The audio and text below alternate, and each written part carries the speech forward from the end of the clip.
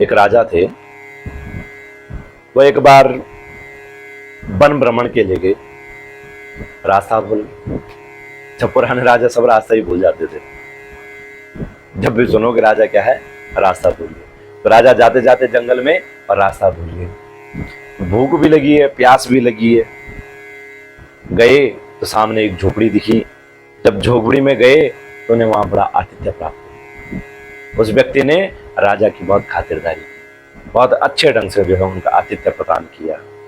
अब जब राजा वापस जाने लगे, अपने घर को जाने लगे, तो चलते चलते राजा ने कहा कि देखो वनवासी, हम इस राज्य के शासक हैं, मैं यहाँ का राजा हूं और तुम्हारी सज्जनता से मैं बहुत प्रभावित हुआ हूं, बहुत प्रभावित हुआ हूं। तो यहां सामने जो है जो जंगल है, यह इस जंगल का जो बाग है, यह सब मैं तुम्हें प्रदान करता हूं।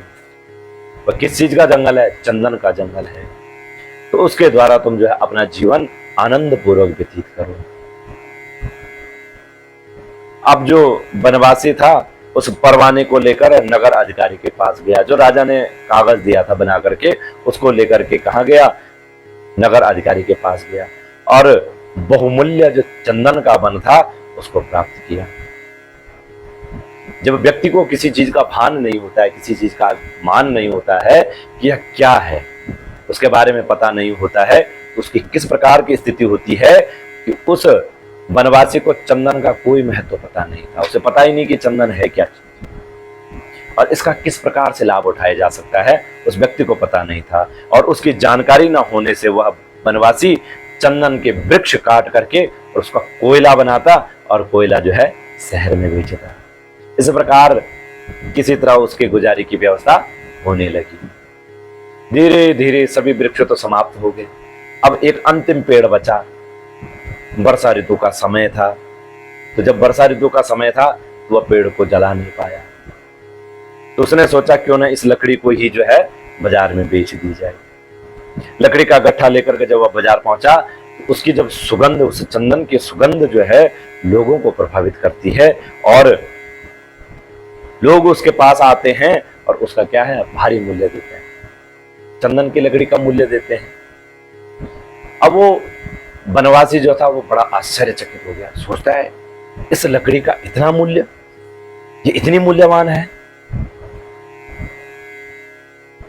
तो वो लोगों के पास गया, उनसे पूछा कि भाई आप इसके इतना अधिक मूल्य क्यों दे रहे हैं?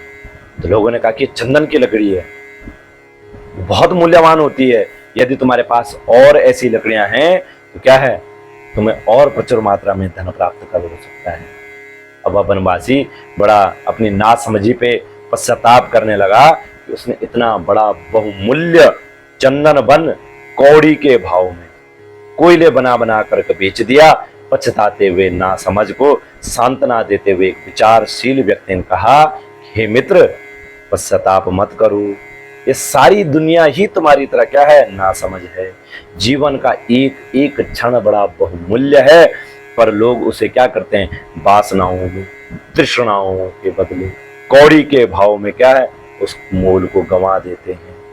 तुम्हारे पास जो एक वृक्ष बचा है उसी का सदुपयोग कर लो तो कम नहीं है।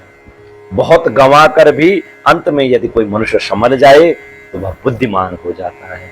अर्थात जीवन में सदैव अपनी बुद्धिमत्ता से कार्य करनी चाहिए।